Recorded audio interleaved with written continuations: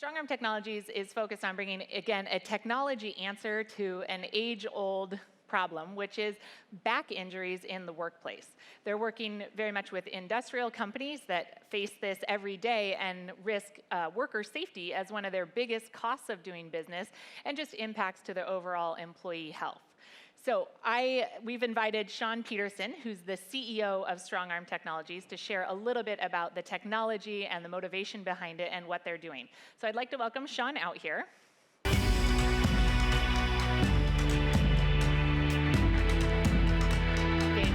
Thank you for coming. And he's got not only an inspiring talk to share with you about what he's doing, but he's got some stuff to show you as well. You need this? I do not. Thank you. Hi, everyone. How you doing? I'm Sean Peterson, CEO of Strong Arm Technologies, and what we're doing is creating the future of what we call industrial biotelemetrics. What industrial biotelemetrics is for us is really just kind of the first step of the boundary that we're creating. You can go on to the next slide. So we're creating disruption using wearables, using cloud-enabled devices and edge computing to capture this information about worker risk and the industrial environments and what their bodies go through on a daily basis, so we can create safer warehouses like this one here behind me. So the mission that I'm on is one that's really close to my heart. I started out when I grew up, I was working construction. That was going to be the family business for me. My dad actually passed away on the job.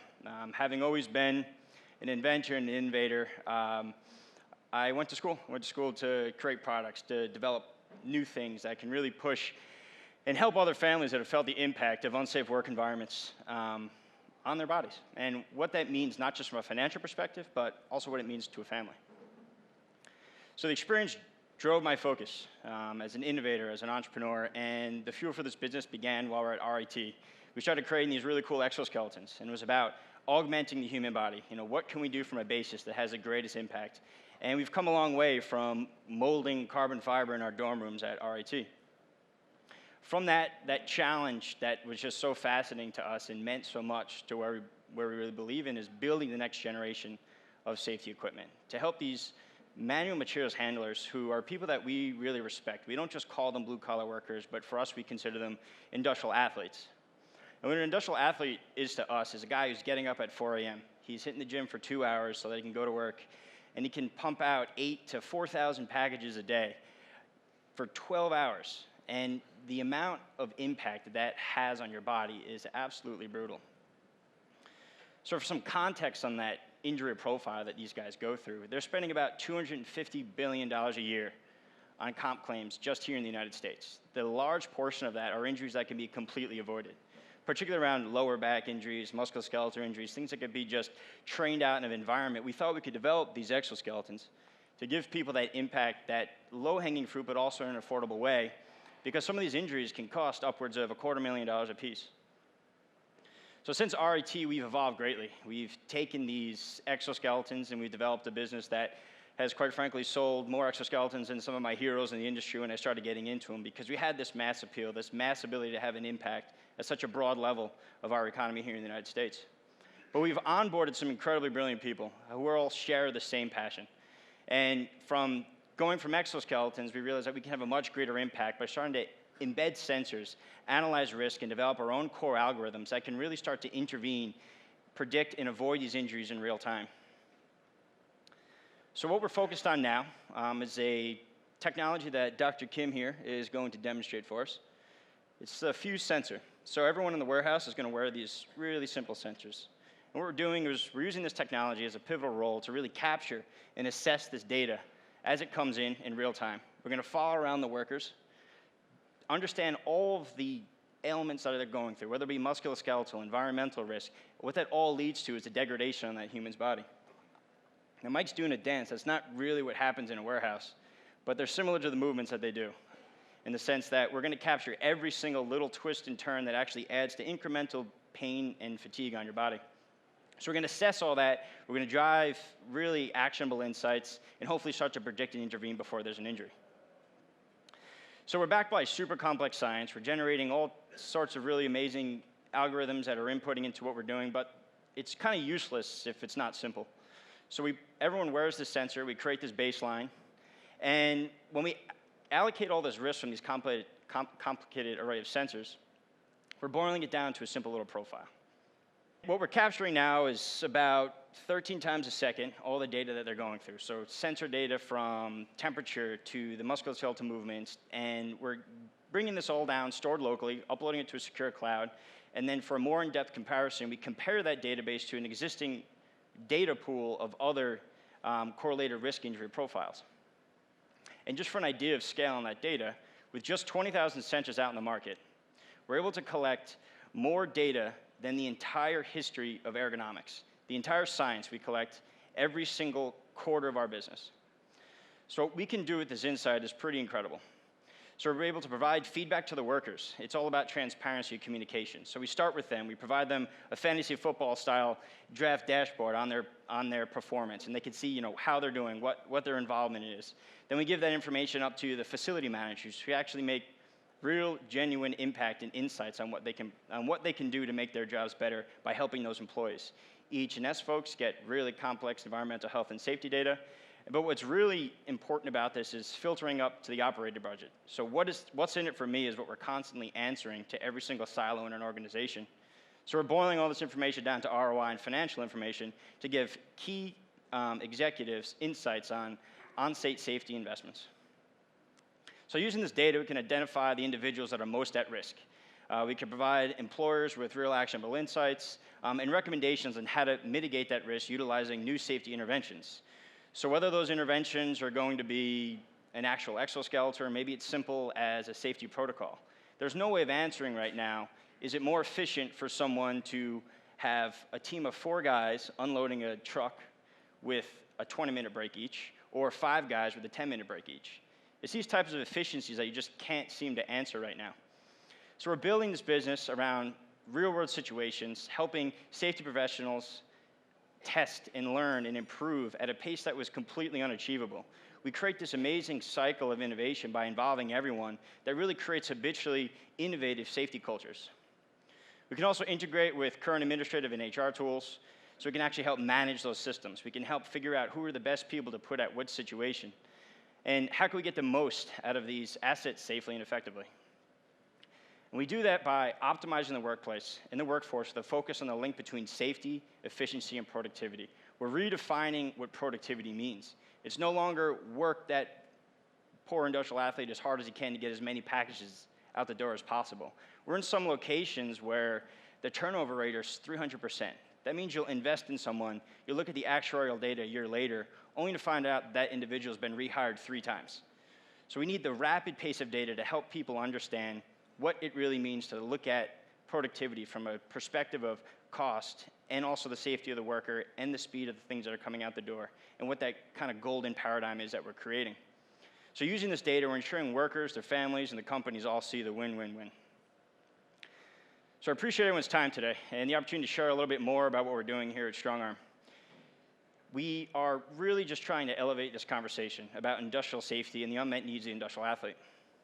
And we built this company to ensure all industrial athletes are proud, protected, and productive. And everyone in here is kind of just helping out with that portion by just elevating the conversation. Yes, there are financial gains. Yes, there are productivity gains. But more importantly, what we're doing by bringing this science down to the ground level is we're starting to elevate and alleviate a lot of the pains that happen to people's families at the end of the day. So I appreciate everyone coming here and helping us understand what it means to protect the industrial athlete. And please bring this message back to some of your teams and some of your companies. Thanks. Thank you, Sean. I love that phrase, industrial athletes. At Intel, we probably have a few more mathletes than industrial athletes, but that's okay. Okay, let's switch gears now from the industrial floor into the farm, or rather out to the farm. So the issue around food production and distribution is one that impacts all of us, and it's certainly a global issue. In many cases, we have opportunities where production in and of itself is all right, but the distribution becomes the problem. In other parts of the world, production is the fundamental issue that's faced. So the challenge is, how do you have enough food in the right places to really serve the world's population and eradicate hunger as a problem that we face in this world? Disruption has crept into farm life, and many farmers are looking at technology and the way that it can help them change the services that they provide. Truly the oldest industry in the book. Crop yields, handling labor shortages, improving performance of overall crops, and growing revenue are real challenges. The Autonomous Tractor Corporation, headquartered in Minnesota, is working to address those challenges head on. They're reimagining what it is to deliver farm and farm equipment through technology and technology adoption, serving farms all over the world. I'm pleased to welcome Craig Schultz, the CEO of the Autonomous Tractor Corporation, to share with us a little bit more about how they're looking into the autonomous tractor and what it means for the future of farming. Welcome, Craig.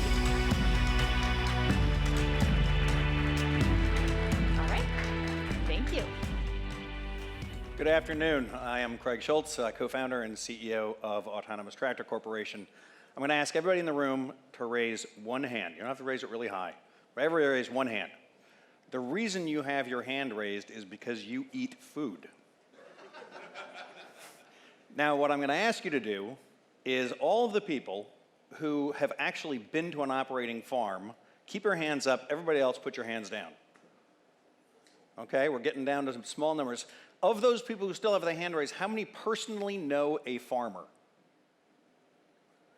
All right, so the reason why not that many people know a farmer is because every farmer in the United States, like my friend Bruce Tiffany, who is here today, feeds 165 people.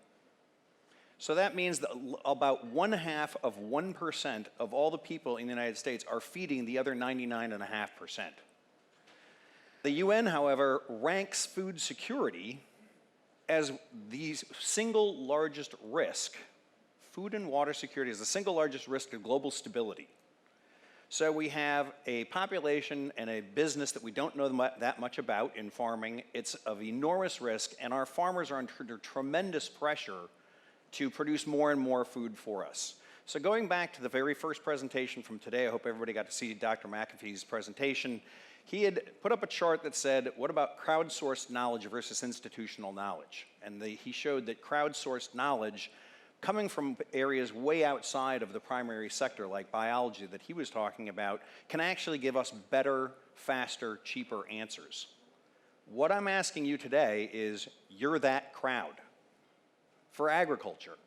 I want to get you guys thinking about agriculture and the capabilities that you can bring to the table to help solve some of the problems that are important to all of us, because we all eat. So food security issues affect everyone in this room, all of your employees, your customers, your families, your suppliers, everyone. And every single company, I will argue, in this room has something to do with the solutions to the problems that we face. Whether you're in financial services or insurance, manufacturers, distributors, high-tech companies, it's amazing the ideas that come out of these other industries that have a major impact on food and agricultural production. And I want to get you guys thinking about that today. Why? Well, it's urgent and it's important. We are at a critical point. Right now, the farmers in the United States over just the last 4 years have lost 50% of their income. 50% of their income in just the last 4 years. The average age of the farmer in the United States today is 58. That's the average age for that industry, because we aren't getting the kids excited about coming back on the farm and having a rewarding career by running their own farming operations. We have lost 1/3 of our arable land in the last 40 years due to soil erosion and global climate change and pollution. And our population is growing to 10 billion people over the next 30 years, which means we're going to need to have about 70% more food. Sounds like some really major problems, right? The awesome part about it is it's an amazing sector that is ripe for innovation and opportunity. And I want to point out some of the great things that are already going on. Technology is having a massive impact in agriculture, even today, but we're just getting started. And the people in this room can help accelerate that and broaden the impact of technology in agriculture. Agriculture and technology are the convergence of data collection, analysis, storage, robotics, artificial intelligence, sensors, and controls on a massive scale. Millions and millions of acres, trillions of dollars, and millions of people are all affected by this. We have equipment that would almost fit this stage. It would almost fill the stage. And that's the kind of stuff that we're working on. So you can imagine the amount of information that we have to collect and the controls and technology that we need to control those pieces of equipment. My company, Autonomous Tractor Corporation, is Tesla for tractors. So we are electrifying agricultural equipment to help reduce the cost of that equipment for farmers by 50%. And reducing the cost of equipment goes directly back to whether or not farmers are going to be able to make money. Because if they can't make money, they don't produce our food. And I think we all want to still have the food. So our electric drivetrain technology is also a digital technology. If it's electric, it's digital. And if it's digital, you can have computers control it much easier. So my co-founder, Terry Anderson, always tells me, Craig, when you're looking at automation, you can either try to automate the equipment that you already have, or you can build equipment that lends itself to automation. And the latter way is always better, faster, cheaper. So that's what we did. We actually created a platform in our eDrive technology that lends itself to automation because it's a complete end-to-end digital and electric solution for off-road mobility. And what are we doing with that? Well, Bruce was out in his combine, and I think the light finally went off in his head because he called me from his combine. He said, Craig, I'm out combining my soybeans today, and now I know why you want to use a autonomous tractor that follows me because I'm looking in my rearview mirror thinking, I got to come back and plow that next week. Why can't I have it done now while I'm already in the field? Well, these are applications of autonomy that we can actually do today. We can have a tractor that is pulling a plow, following his combine, and Bruce only has to go through the field once. Massive savings in time, productivity, and cost. But we're not the only ones working on the problems of ag. There's some really exciting other companies that I thought I would highlight to give you a sense for the diversity of what kinds of companies can have an impact. There's a really neat company out of Africa called Hello Tractor that is integrating a low-cost tractor with an Uber model for ordering it and moving it around to increase capital utilization, reduce costs, and improve productivity of farmers in Africa. Uber meets tractors, and it's happening. Chemicals are essential to production in agriculture, but yet, because we've been using the same ones and sometimes more than we should, we've developed resistance. In today's fields in the United States, half of all the fields have herbicide-resistant weeds in them.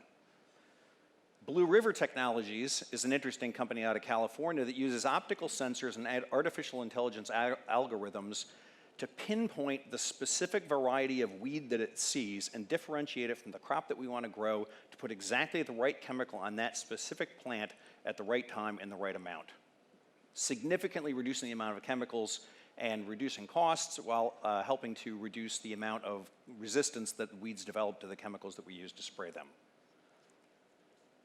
About a third of all of the food in the world produced is wasted. It rots, or it just goes unused. So we don't have a robust supply chain technology to ensure that all of the food that we're actually making today goes to the right place at the right time. A third of the food is wasted and a third of the population is hungry. There's some interesting technology from a company called Impact Vision, which uses spectral analysis to identify pathogens in meat so that we don't have food security issues or food safety issues. But they can use that same technology to identify which specific pieces of fresh produce and fruits are the ripest so that those go to the front of the shelf first, so we don't have wastage inside of our stores. Plenty is an interesting urban vertical farming company that produces fruits and vegetables in the urban areas where we eat it, so that we're reducing the amount of time and cost that it takes to get the fresh produce into the places where the population is concentrated and needs it. Insurance is a $250 billion cost to the government and farmers. And yet farmers are reluctant to try new technologies sometimes because of the risks associated with it. And the USDA insurance programs do not insure against a lot of the new technologies that come out. CropPro is a USDA certified insurance company that actually specifically writes insurance policies for farmers to adopt new technology and drive innovation. Precision Drone is a company that's using drones to identify infestations before we have an insurance claim. And once the insurance claim is out there, they can actually use the drones to process it and expedite payment. So there is technology from all over the various sectors, that some of which are represented in the room today, that are helping out with the agricultural problems. It is the single largest commercial market in the world, and it has some of the most fundamental problems that technology can solve. What are you going to do about it? Thank you. Thank you, Craig. That was great. Thank you. Okay, that's been a lot of interesting conversations here, and we are now going to close out the Dreamers and Disruptors section with a colleague of mine, actually. So this is looking at how you use machine learning and artificial intelligence plus drones in a different way to solve a somewhat unexpected problem, or maybe the mechanism is the unexpected part. So the Earth's population of fish and large fish in the sea and up into whales is a challenge that we're all facing, and the fish population determines so much about our entire ecosystem. And so Dr. Ted Wilkie, one of our principal engineers at Intel, has been working with an organization called Parlay for the Ocean to use machine learning and drones and whale snot to analyze and further understand the impact that humans are having on the ocean and the environmental impacts on the fish population. So he's going to come out and share a little bit more about what he's been doing, the research he's been working on with Parlay for the Ocean, and the impact for all of us. So let's invite Dr. Ted Wilkie out to the stage. All right. Thanks, Lisa. Show them what snot can do. Okay. We live on the blue planet. It's obviously called that because there's more water than land. And so it would come to no surprise that ocean health is planet health. I mean, our runoff runs into the ocean. Our rain brings the pollutants into the ocean. We take our food from the ocean. We play in the ocean. Sometimes we drink water that's converted from salt water in the ocean. And if we're going to measure ocean health and its effect on biology, we have to measure its effect on the creatures in it. So the turtles and the dolphins, the porpoises, the sea otters, the whales. The whales are the megafauna superstars of the ocean. And whale health is a boundary condition on how bad things have gotten. They're at the top of their food chain, and they bear the burden of all the toxins in it. Well, I got interested in studying whales while studying human brain decoding. Yeah, human brain decoding. So a team of ours introduced me to a partner, Parlay and Ocean Alliance, and they were collecting snot from whales, as Lisa mentioned. Yeah, snot. And the way they were doing it is they were taking drones and strapping petri dishes to them and then flying them really low over these animals. And then just as they came up from a dive, they would collect that exhale, and that was the snot. That spout water contains all kinds of information for analysis. So you could do genetic sequencing on it, look for toxins, bacteria, pregnancy hormones, stress hormones, et cetera, et cetera. And the partner was asking, how could we use artificial intelligence to learn more about the connection between whale health and ocean health and ultimately ours? So before I get into that, I wanted to go into how was whale health studied before drones and AI. Old tools. People in rubber boats chasing after these creatures with poles, spearing them for biological samples, sometimes getting a snapshot from the boat or from land of these creatures, and then huddling. I've known them to huddle for years, but also days, weeks, and months over these images, trying to piece together a picture of the puzzle of how their health is going. That's the state of affairs. So I could clearly see the potential for drones and artificial intelligence to serve them. I mean, drones serve as a sensory front end when you connect them to intelligence through algorithms. And there are a ton of payloads. I mean, they started with cameras and cinematography, but it's just exploded from there into all kinds. They can reach places in airspaces we never imagined we could reach. And in this problem in particular, really important because of the size of a bird, and studies have already shown that you can't even hear them underwater. So they leave these great creatures to play and do what they do in this magnificent, pristine space. So of course I said yes. I mean, who could say no to drones and whales? But I had realized a couple other things. In my experience, innovation comes at the intersection between fields. In this case, it's marine biology and ocean conservation and computer science. I love to play at the edge. And our team had also realized that new data usually equals new challenges, and new challenges equal new methods, and we're all about that. So I was on board. I started thinking about the mission. What could we add to the conversation, the connection between whale health and ocean health? Well, certainly it would start with a better picture of the whales themselves and their health status. So see, it's not as great. It's got all that information I mentioned, but it's a really isolated data point. And what would be better would be to track the individuals as they encounter one another themselves over time and have a record for them.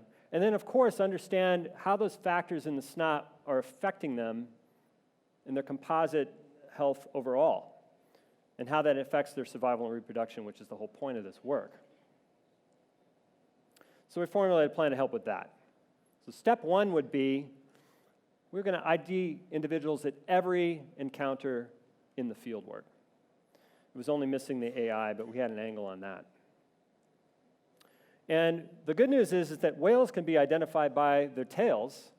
And in fact, the trailing edge on the tails and the patchwork of color across them forms a great fingerprint. So we were set to try to apply algorithms to that.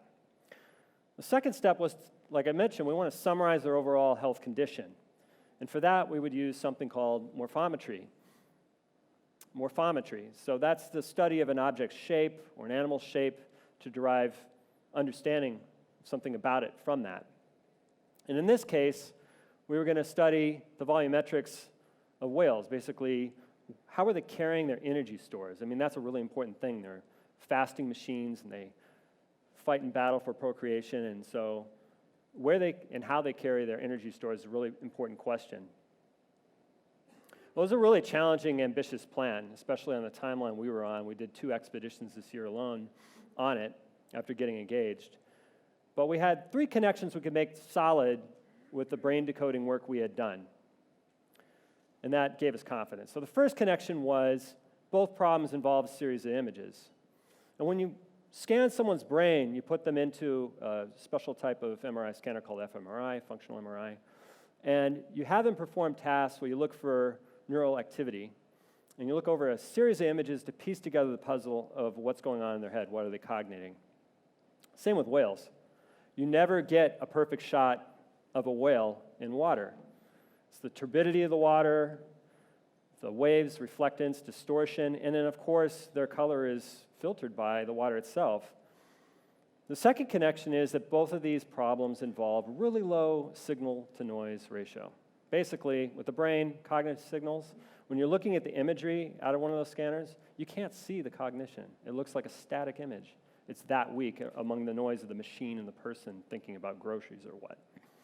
And for whales, yeah, I already mentioned, they're a very subtle object in their environment, so defining their energy stores is a really tough problem. And of course, maybe the toughest connection and challenge we saw was data starvation. So probably just about every state-of-the-art artificial intelligence or deep learning model you've heard about has been trained on a massive amount of data. I mean, that's great. We're in an era of that now, right? With all the parallel computing and the data available. But in this case, no way. And you can only put a person in a scanner for oh so long before they're spent. You can only chase down so many whales with the money available and the regulatory environment and the number of them out there. We had to deal with that.